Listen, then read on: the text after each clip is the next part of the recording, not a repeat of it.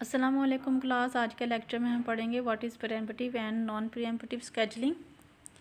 There are 4 conditions under which CPU scheduling may take place. 4 conditions हमारे पास है जहां पर सीपीयू स्केड्यूलिंग जो है होती है। They are, number 1 is when a process switches from the running state to the waiting state. जब कोई प्रोसेस जो है वो स्विच होता है रनिंग स्टेट से वेटिंग स्टेट पर। The second condition is when a process switches from the running state to ready state. जब कोई प्रोसेस रनिंग स्टेट से रेडी स्टेट पर स्विच करता है। Number 3 condition is when a process switches from the waiting state to ready state. जब कोई process waiting state से ready state पे जो है स्विच करता है। Number 4 is when a process terminates. जब कोई प्रोसेस टर्मिनेट हो जाता है तब जो है वहाँ पर हमारे पास सीपीयू स्केड्यूलिंग अकर होती है और प्रीएम्प्टिव और नॉन प्रीएम्प्टिव स्केड्यूलिंग अकर होती है। If only 1 condition and 4 apply, अगर सिर्फ पहली और चौथी कंडीशन अप्लाई की जाए the scheduling is called non preemptive. उस स्केड्यूलिंग को हम कहेंगे non preemptive. All other scheduling is preemptive. और जो हमारे पास सेकंड और थर्ड कंडीशन जो है इसको हम कहते हैं preemptive. Preemption means that a process में be forcibly removed from the CPU. Preemption का मतलब है कि अगर किसी प्रोसेस को सीपीयू असाइन कर दिया गया है तो हम उसको फोर्सफुली जो है उससे सीपीयू छीन सकते हैं। Even if it does not want to release the CPU, अगर वो प्रोसेस जो है सीपीयू को नहीं भी रिलीज़ करना चाहता तो भी उससे हम फोर्सफुली सीपीयू ले सकते हैं। इस कंडीशन को हम कहते हैं preemptive. It is because a higher priority process needs the CPU. ये किस वजह से होता है? क्योंकि कोई ऐसा प्रोसेस है जिसकी प्रायोरिटी हायर है, इस वजह से पहले वाले प्रोसेस से सीपीयू ले लिया जाता है और जिसकी प्रायोरिटी हाई होती है उसको सीपीयू असाइन कर दिया जाता है। Once a process gets CPU, जब कोई प्रोसेस सीपीयू ले लेता है the simplest approach is to allow the process to continue using CPU until it voluntarily yields CPU by requesting an input output transfer etc. अगर कोई process जिसको CPU assign कर दिया गया है जब तक उसकी जो है रिक्वायरमेंट फुलफ़िल नहीं होती तब तक वो सीपीयू यूज़ कर सकता है और अपनी मर्ज़ी से अगर वो चाहे, अगर उसको इनपुट और आउटपुट की अगर ज़रूरत है तो अपनी मर्ज़ी से वो सीपीयू रिलीज़ करेगा। Input output interrupts may steal CPU from time to time. After each interrupt, control passes back to the process that was running when it occurred. This is called the non-preemptive approach. Non pre-emptive approach हम उस approach को कहेंगे कि अगर किसी process को CPU assign कर दिया गया, जब तक उसकी रिक्वायरमेंट है तब तक वो सीपीयू इस्तेमाल करेगा अपनी मर्ज़ी से सीपीयू जो है रिलीज़ करेगा। हम उससे फोर्सफुली सीपीयू रिलीज़ नहीं करवा सकते। इस कंडीशन को और इस अप्रोच को हम कहते हैं non pre-emptive. In a preemptive scheme, a running process may be forced to yield CPU by an external event instead of its own action. Pre-emptive जो स्कीम है उसमें ये होता है कि अगर किसी से प्रोसेस को सीपीयू असाइन कर दिया गया और जब कोई और इवेंट अकर हुआ या फिर कोई इंटरप्ट आ गई है या फिर कोई हाई प्रायोरिटी वाला प्रोसेस एंटर हुआ है तो पहले वाले प्रोसेस से सीपीयू ले लिया जाएगा और अगले वाले प्रोसेस को सीपीयू असाइन कर दिया जाएगा। Such external events can be any or both of the following. Number 1 is a higher priority process enter the system from outside. एक कंडीशन हमारे पास ये है कि कोई हायर प्रायोरिटी प्रोसेस जो है सिस्टम में एंटर हो गया है बाहर से। A higher priority process that was is the wait state becomes ready, कि कोई हायर प्रायोरिटी प्रोसेस जो है वो वेट कर रहा है और रेडी स्टेट में जो है मौजूद है। This could occur as a result of an input output interrupt that moves the waiting from process to the ready list. तो हमारे पास प्रीएम्प्टिव और नॉन प्रीएम्प्टिव स्केड्यूलिंग में ये होता है। प्रीएम्प्टिव में ये होता है कि अगर किसी प्रोसेस को सीपीयू असाइन कर दिया और अगर उससे उसकी मर्ज़ी ना भी हुई तो भी हम उससे फोर्सफुली सीपीयू छीन सकते हैं, ले सकते हैं। लेकिन नॉन प्रीएम्प्टिव स्केड्यूलिंग में ये होता है कि अगर किसी प्रोसेस को सीपीयू असाइन कर दिया तो जब तक उसकी मर्ज़ी है वो सीपीयू यूज़ कर सकता है, हम उसकी मर्ज़ी के बगैर उससे सीपीयू नहीं ले सकते। ये हमारे पास है non preemptive condition. What is interval timer?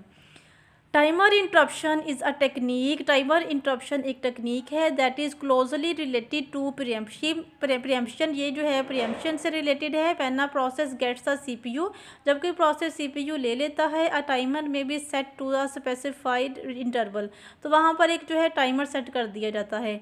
If the process is still using the CPU, अगर कोई प्रोसेस जो है अभी तक सीपीयू इस्तेमाल करना चाहता है at the end of the interval, then it is preemptive. Both timer interruption and preemption force a process to yield the CPU before its CPU burst is complete. जो हमारे पास प्रियम्पशन और जो हमारे पास टाइमर इंटरप्शन है, ये ऐसी यहाँ पर कंडीशन है कि हम अगर उससे किसी भी प्रोसेस से फोर्सफुली सीपीयू जो है वो ले सकते हैं कि हालांकि अगर उसका काम अभी भी कंप्लीट नहीं हुआ तो जब उसकी बारी आएगी दोबारा से उसको सीपीयू हम असाइन कर सकते हैं। However it is helpful to distinguish timer interruption from preemption caused by higher priority processes becomes ready to for two reasons. The number one reason is timer interruption is a function. Timer interruption एक ऐसा function है of the particular process, एक खास process के लिए, on behaviour, उसके behaviour के लिए। It is independent of the rest of the system. ये जो है इंडिपेंडेंट होता है। Almost all multi program operating systems use some form of timer to prevent a process from tying up the system forever. But preemption for a higher priority process is a feature that may or may not be including in a given operating system. What is dispatcher? बच्चों ये dispatcher जो है बहुत ज़्यादा important होता है। अक्सर ही ये आपको एमसीक्यूज़ वगैरह में भी पूछ लिया जाता है और या फिर आपको शॉर्ट क्वेश्चंस वगैरह में पूछ लिया जाता है। तो डिस्पैचर के बारे में अपना कंसेप्ट जो है बहुत अच्छे तरीके से क्लियर कीजिएगा। What is dispatcher? Dispatcher is a program. Dispatcher हमारे पास एक प्रोग्राम है, ठीक है। तो आपसे पूछा जाता है कि व्हाट इज़ डिस्पैचर, तो आपने कहना है कि dispatcher is a program that actually gives control of CPU. ये ऐसा प्रोग्राम है जो कि सीपीयू को कंट्रोल प्रोवाइड करता है to a process selected by the CPU scheduler. इसने सीपीयू स्केजुलर से एक प्रोसेस को सिलेक्ट करना होता है और उसको सीपीयू असाइन करना होता है। ये काम किसका करना होता है? डिस्पैचर का। It is another part of the scheduling system. ये स्केजुलिंग सिस्टम का एक पार्ट है। The function of dispatcher modules are as follows. Dispatcher के क्या क्या फंक्शन हो सकते हैं? स्विचिंग कॉन्टेक्स्ट, इसका एक फंक्शन है स्विचिंग कॉन्टेक्स्ट का। दूसरा इसका फंक्शन है switching to user mode, user mode में स्विच करना। Jumping to the proper location in the user program to restart it. जो यूज़र का जो प्रोग्राम है उस स्पेसिफिक लोकेशन के ऊपर जंप करना और उसको रीस्टार्ट करना। The dispatcher should be very fast because it is called every time a process takes control to CPU. जो डिस्पैचर है उसको बहुत ज़्यादा फास्ट होना चाहिए। क्यों फास्ट होना चाहिए? क्योंकि जब प्रोसेस जो है किसी प्रोसेस को सीपीयू असाइन करना पड़ेगा वहाँ पर डिस्पैचर की ज़रूरत होगी।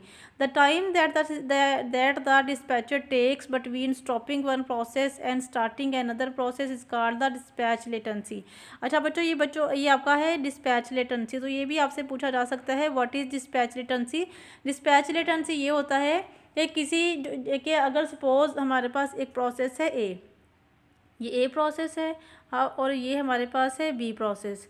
अभी सीपीयू जो है ए प्रोसेस के ऊपर काम कर रहा है, तो डिस्पैचर ने क्या किया, यहाँ पर उसने ए प्रोसेस से सीपीयू ले लिया और बी प्रोसेस को सीपीयू असाइन कर दिया। अब ए प्रोसेस की जब वर्किंग क्लोज हुई है और बी प्रोसेस की वर्किंग जो है स्टार्ट हुई है, इन दोनों के दरमियान में जो टाइम होता है उसको हम कहते हैं डिस्पैच लेटेंसी। ठीक है, मैं दोबारा बता देती हूँ कि जब ए प्रोसेस से हम सीपीयू ले लेते हैं और बी प्रोसेस की वर्किंग हम स्टार्ट करवाते हैं, मीन्स बी प्रोसेस को जो है सीपीयू असाइन करवाते हैं, इन दोनों के दरमियान में जो टाइम होता है उसको हम कहते हैं dispatch latency. What is scheduling criteria? There are many scheduling algorithms and various criteria to judge their performance. Different algorithms may favor different types of processes. Some criteria are as follows. What is CPU utilization? CPU जो scheduling criteria ये होता है कि CPU की जो utilisation है वो maximum होनी चाहिए। CPU must be as busy as possible. CPU को जितना ज़्यादा बिजी रखेंगे उतनी ही ज़्यादा हमारे कंप्यूटर की परफॉर्मेंस जो है वो फास्ट होगी और एफिशिएंट होगी। In performing different task CPU utilisation is more important. CPU की जो यूटिलाइजेशन है ये बहुत ज़्यादा इंपॉर्टेंट है in real time systems and multi program system. कहाँ इसकी CPU यूटिलाइजेशन इंपॉर्टेंट है कि रियल टाइम सिस्टम्स में और मल्टी प्रोग्राम सिस्टम में। तो जो दूसरा हमारे पास स्केजुलिंग क्राइटेरिया है that is throughput. The number of processes executed in a specified time period is called the throughput. Throughput हमारे पास क्या होता है कि 1 यूनिट टाइम में कितने प्रोसेसेस जो हैं वो एग्जीक्यूट होते हैं, उसको हम कहते हैं throughput. The throughput increases for short processes. अगर हमारे पास जो प्रोसेसेस हैं वो शॉर्ट है वहाँ पर थ्रूपुट इंक्रीज हो जाती है। It decreases if the size of processes is large. तो अगर हमारे पास जो प्रोसेसेस है उनकी जो अगर प्रोसेसेस हमारे पास लार्ज हैं तो वहाँ पर थ्रूपुट जो है वो डिक्रीज़ कर दी जाती है, ये ऑटोमेटिकली डिक्रीज़ हो जाती है। अगर हमारे पास प्रोसेसेस जो हैं वो बहुत ज़्यादा शॉर्ट हैं वहाँ पर थ्रूपुट इंक्रीज़ हो जाएगी। अगर प्रोसेसेस जो हैं बहुत ज़्यादा लार्ज हैं वहाँ पर सीपीयू जो हमारे पास थ्रूपुट जो है वो डिक्रीज़ हो जाएगी।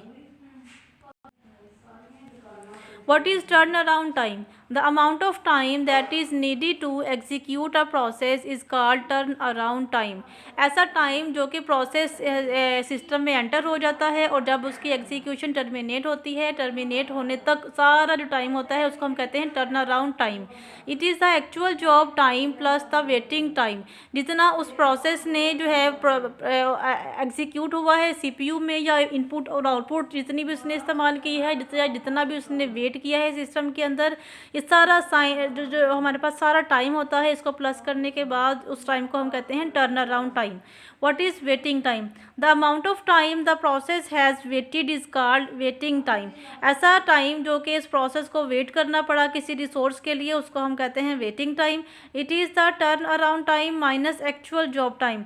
अगर हम इसकी कैलकुलेशन करना चाहें तो जो हमारे पास टर्न अराउंड टाइम होता है उससे अगर हम माइनस करते हैं एक्चुअल जॉब को तो हमारे पास वेटिंग टाइम जो है वो जो है हम निकाल सकते हैं, कैलकुलेट कर सकते हैं। What is response time? The amount of time between a request is submitted. ऐसा टाइम जब हम रिक्वेस्ट सबमिट कर देते हैं and the first response is produced is called the response time. और जब फर्स्ट रिस्पॉन्स जो है प्रोड्यूस होता है उसको हम कहते हैं response time. A CPU scheduling algorithm should try to maximize the following. जो सीपीयू स्केजुलिंग यहाँ पर हम मैक्सिमम करते हैं सीपीयू यूटिलाइजेशन और थ्रूपुट हमारी मैक्सिमम होनी चाहिए और मिनिमम हमारे पास क्या होना चाहिए? टर्न अराउंड टाइम मिनिमम होना चाहिए, वेटिंग टाइम मिनिमम होना चाहिए और रिस्पॉन्स टाइम मिनिमम होना चाहिए। तो ये था हमारा आज का लेक्चर। हम इंशाल्लाह कल के लेक्चर में से स्केजुलिंग एल्गोरिथम्स डिस्कस करेंगे। यहाँ तक अगर किसी पॉइंट की समझ नहीं लगी तो आप मुझसे पूछ लीजिएगा। अपना ख्याल रखिएगा, दुआ में याद रखिएगा। टेक केयर, अल्लाह हाफिज़।